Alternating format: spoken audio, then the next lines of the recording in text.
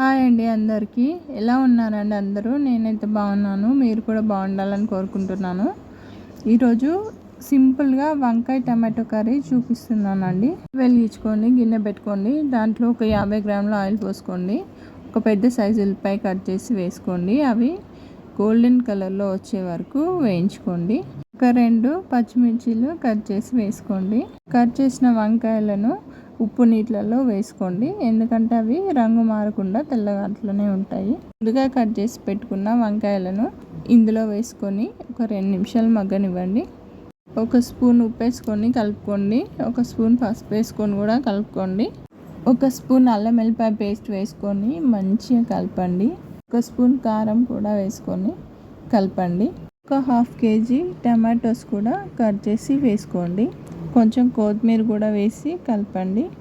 కొంచెం సేపు మూత పెట్టి మగ్గనివ్వండి.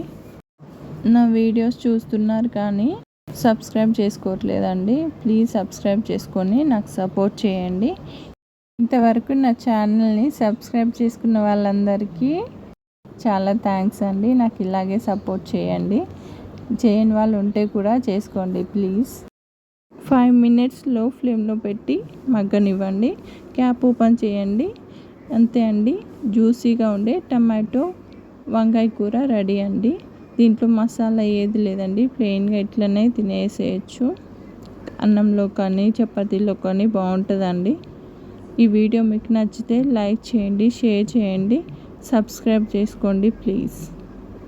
ఇక్కడ ఒక చిన్న టిప్ చెప్తానండి. నేను చాలామంది ఏంటంటే స్టోర్ చేసుకున్న అల్లం వెల్లిపాయ పేస్ట్ వేసుకుంటారండి, కానీ ఎప్పటికప్పుడు ఫ్రెష్గా దంచి వేసుకోండి, చాలా బాగుంటుందండి. ఏ కర్రీలోకైనా బాగుంటుంది. ట్రై చేసి నాకు చెప్పండి. Thank you.